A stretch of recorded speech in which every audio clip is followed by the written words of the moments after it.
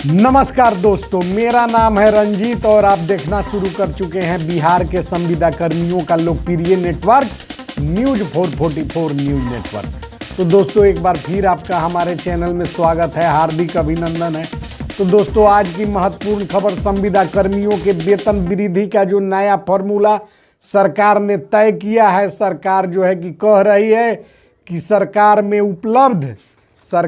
उपलब्ध समान समकक्ष पद के प्रारंभिक स्तर का वेतन महंगाई भत्ता एवं अनुमान भत्तों को मिलाकर समेकित रूप से प्राप्त योगफल के अनुसार जो है कि हम वेतन देंगे।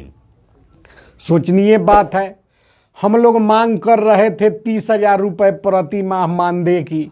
सरकार कह रही है कि सरकार में उपलब्ध समान समकक्ष के प्रारंभिक स्तर का वेतन महंगाई भत्ता एवं अनुमान भत्तों को मिलाकर समेकित रूप से प्राप्त जो योगफल होगा वह संविदा पर नियोजित कर्मियों का वेतन होगा और साथ में जो है कि बाजार दर को भी देखा जाएगा। इस चीज़ को लेकर हमने बिहार सरकार के वरीय अधिकारियों, उच्चाधिकारियों से संपर्क कर इस पत्र की वास्तविकता जाना। साथ ही संविदा पर नियोजित कर्मियों ने कमेंट के माध्यम से और हमसे संपर्क कर, जब हमने उनसे संपर्क किया तो संविदा कर्मी भी अपनी राय उजागर किए। तमाम चीज़ों को मिलाकर आज हम जो अपडेट आपको देने जा रहे हैं उससे स्थिति आपको स्पष्ट हो जाएगी। तो पहले जो है कि वीडियो में बने रहिएगा, बहुत ही रोचक वीडियो है, पूरा वीडियो देखिएगा। वर्तमान महंगाई दर क्या है, यह तो जो है कि सरकार तय करती है, सरकार जानती है। और सरकार में उपलब्ध समान समकक्ष पद के प्रारंभिक स्तर का वेतन महंगाई भत्ता, तो आपको हम उदाहरण देते हैं। जैसे कि ग्राम कचहरी सचिव और बेल्ट्रॉन और उर्मिला के डाटा एंट्री ऑपरेटर होते हैं, किसान सलाहकार होते हैं।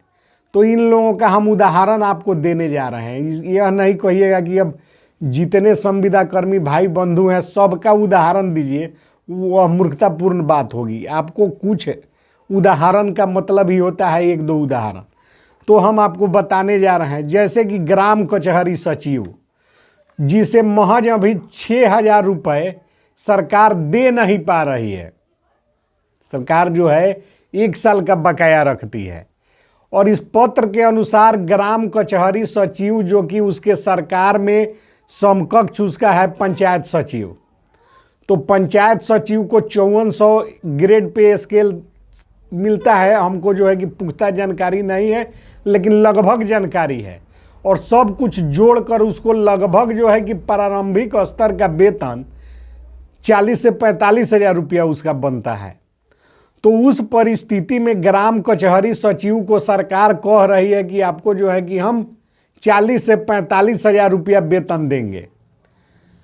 किसान सलाहकार, जो कि कृषि विभाग में कार्यरत है, एसएमएस उसके समकक्ष हैं, उस जो कृषि विभाग में ही कार्य करते हैं, उन लोगों का वेतन भी 40 से 45,000 है। तो कहने का अर्थ है कि जब इस चीज़ को उसी तरह बेल्ट्रॉन के डाटा एंट्री ऑपरेटर हैं, जो कि सरकारी ऑपरेटर लोग कार्य करते हैं, यानी कि 40 से 45,000 रुपया के इर्द गिर्द जो है कि संविदा पर नियोजित कर्मियों का वेतन हो रहा है लगभग, जिसमें जो है कि प्रत्येक वर्ष वृद्धि की बात है। और जब 5 साल काम कर लेता है कोई व्यक्ति तो उसको ग्रेजुइटी की लाभ दी जाती है। तमाम तरह के जो है कि भत्ता को देने की बात सरकार 2 लाइन में स्वीकार कर रही है। सबसे पहली बात कि नीतीश कुमार जी बयान देकर पलट चुके हैं, इसलिए नीतीश कुमार जी के बातों पर संविदा पर नियोजित कर्मियों को कोई भरोसा नहीं। हमने इसका जमीनी स्तर पर सत्यापन किया तो पाया कि संविदा कर्मियों में नीतीश कुमार जी के प्रति विश्वास की भावना जो है वह पूरी तरह समाप्त हो चुकी है। संविदा कर्मी जो है कि अब विश्वास नहीं करते हैं नीतीश जी के बयान पर।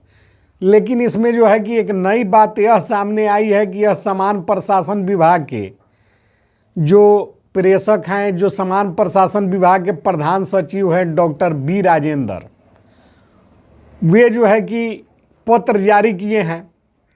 तो ये लोग जो है कि आईएएस होते हैं, आईएएस होते हैं, भारतीय प्रशासनिक सेवा के पदाधिकारी हैं, एक जिम्मेवार लोग होते हैं, जिम्मेवार अधिकारी होते हैं।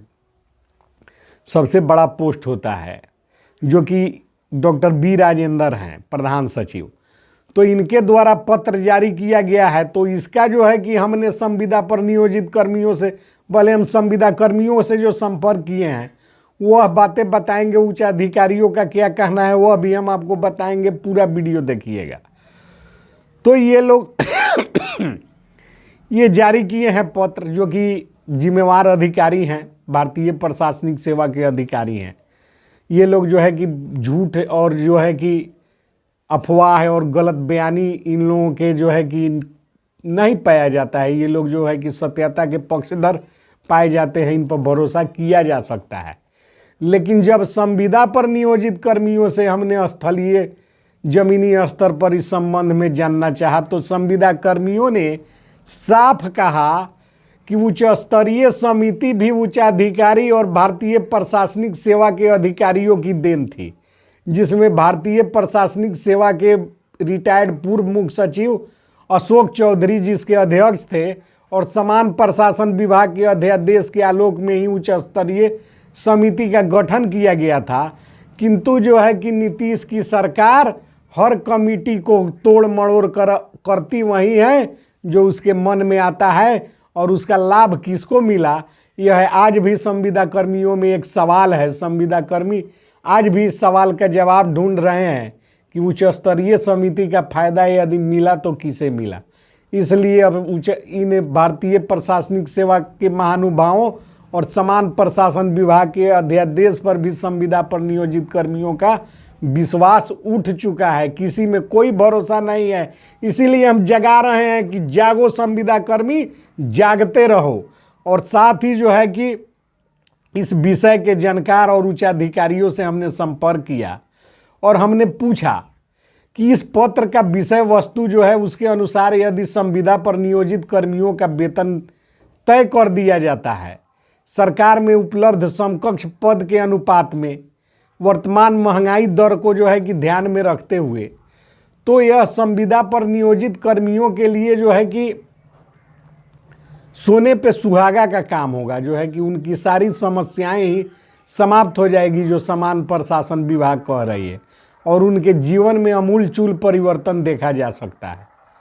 तो उच्चाधिकारियों का कहना था कि संविदा पर नियोजित कर्मियों के वेतन में जो पत्र निकला है वह 100% होने जा रहा है, इसमें कहीं से कोई दो मत की बात नहीं है।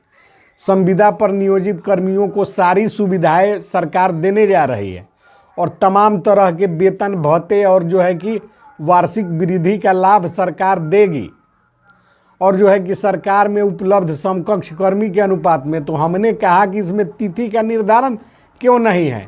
यह हो सकता है कि अगले 10 वर्षों तक कमेटी में फाइल जाते रहे, फाइल ही प्रस्तुत नहीं करे और पत्राचार में इस विषय को उलझा कर रखा जाए, जबकि शिक्षा सेवक और विकास मित्रों के वेतन वृद्धि की बात हुई तो कहीं से जो है कि कोई लाव लपेट कमेटी का गठन नहीं किया गया, सीधा कैबिनेट से मंजूरी मिला और संविदा पर नियोजित कर्मियों का वेतन जो है कि विकास मित्र और शिक्षा सेवक का हो गया।